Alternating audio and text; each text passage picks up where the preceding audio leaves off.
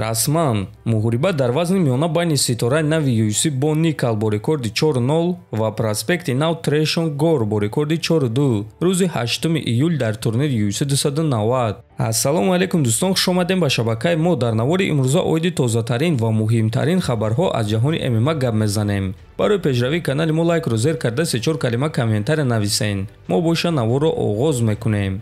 доруҳое ки айни замон шумо дида истодаин доруҳои гиёҳии босифат аз ширкати шифофармо мебошад ки шумо имконият доред ки ҳамаи ин доруҳоро бо нархи арзон дастрас кунед.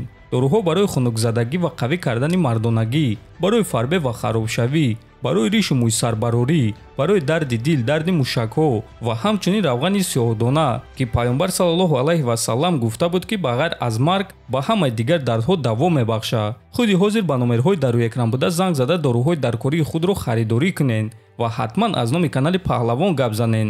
ҳамин гуна шумо ҳам доруҳои даркории худро ба даст меоред ва ҳам канали моро сахт дастгирӣ мекунед.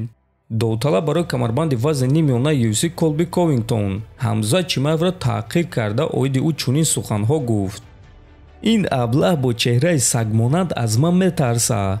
маҳз аз тарси ман ӯ ба вазни дигар гурехт. медонист ки ман ӯро мешиканам.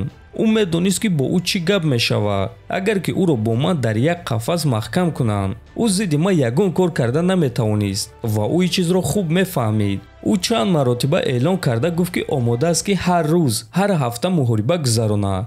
аммо шумо дар ёд доред ки охирон маротиба ӯ кай ба октагон баромада буд. ӯ киро шикаст додааст? ҳама шахсонеро ки ӯ шикаст додааст ҳозир дар тоб нестанд. пас барои чӣ ӯ дар хайп аст? ӯ як аблаҳи нобакор аст, гуфтааст Ковингтон. хотиррасон мекунем ки Колби Ковингтонро муҳориба бо чемпион Леон Эдвардс интизор аст. ана оиди Ҳамза Чимаев боша. пас имрӯз хабар баромад ки муҳорибаи ӯ зидди Пауло Коста дар коркар қарор дорад ва метавонад ки рӯзи 21 октябр дар Абу-Даби дар турнири UFC 294 баргузор гардад ва дуюм муҳорибаи асосии турнир шуда метавонад. дар муҳорибаи асосии турнир боша чемпиони вазни сабуки UFC Ислам Махачев баромад мекунад. ҳозирашда маълум нест ки рақиби Ислам кӣ шуда метавонад, аммо бо эҳтимоли калон рақиби Ислам Махачев ғолиби муҳорибаи Чарлз Оливера ва Бенил Дариус шуда метавонад.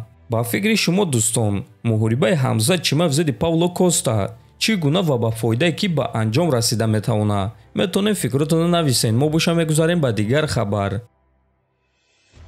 чемпиони пешинаи вазни нимсабуки UFC Макс Холлоуэй оиди рақиби дар пеш истодааш Арнолд Аллен фикрашро баён кард. фикр мекунам ки Аллен ҷанговари хуб аст. дар ин марҳилаи карьераи ма барои бо ман дар октагон ҷангидан ту бояд ки ҷанговари хуб бошӣ.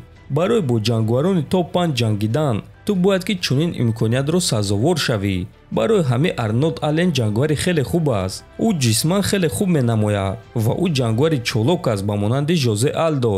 ман сахт дидан мехоҳам ки ӯ дар муҳориба зидди ман чӣ нишон дода метавонад. пешгӯӣ кардан ки дар вақти муҳориба ӯ чӣ кор мекунад душвор аст, чунки ӯ дар ҳар як муҳорибаи худ ягон чизро тағйир медиҳад, гуфтааст Холлоуэй.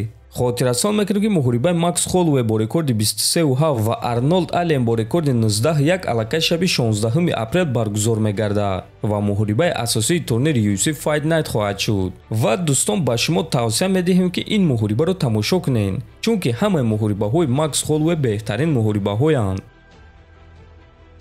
тобови ҷангвари вазни нимёнаи UFC Гилберт Бионс баъди ғалабааш дар муҳориба зидди Хорхе Масвидал ба ташкилоти UFC ултиматум монд ва Дана Вайт ба ӯ ҷавоб дод. фикр мекунам ки муҳорибаи Леон ва Колби аллакай таздиқ шудааст. танҳо корҳои хурд мондааст тамом.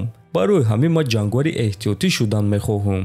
ман ҳозир ин чизро напурсида истодам, балки талаб карда истодам.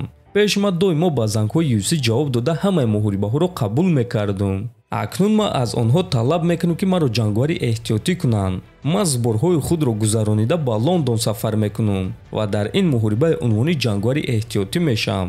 агар онҳо ин корро карданӣ набошанд, пас бигзор ки маро сар диҳанд ва ман аз пушти дигар корҳои худ мешавам. дигар шахсҳо дар дигар ташкилотҳо $миллион ба даст оварда истодаанд. ҳама чизе ки ман мехоҳам дар ин муҳориба ҷангвари эҳтиётӣ шудан ва дар муҳорибаи навбатии худ барои камарбанд ҷангидан, гуфтааст Бионс. ва дӯстон, Дана Вайт дар ин суханҳои Гилберт Бионс ҷавоби кӯтоҳ дода чунин гуфт: ин чиз ба ман писанд аст, чаро ки не? ту имконият дорӣ ки дар муҳорибаи Леон Эдвардс ва Колби Ковингтон ҷангвари эҳтиётӣ шавӣ, гуфтааст Вайт. дӯстон, ин буд хабарҳои имрӯза. фикр ақидаҳотонро нависен, ҳатман дар канали мо обуна шавен. То боздид, хонободу сарбаланд бошен.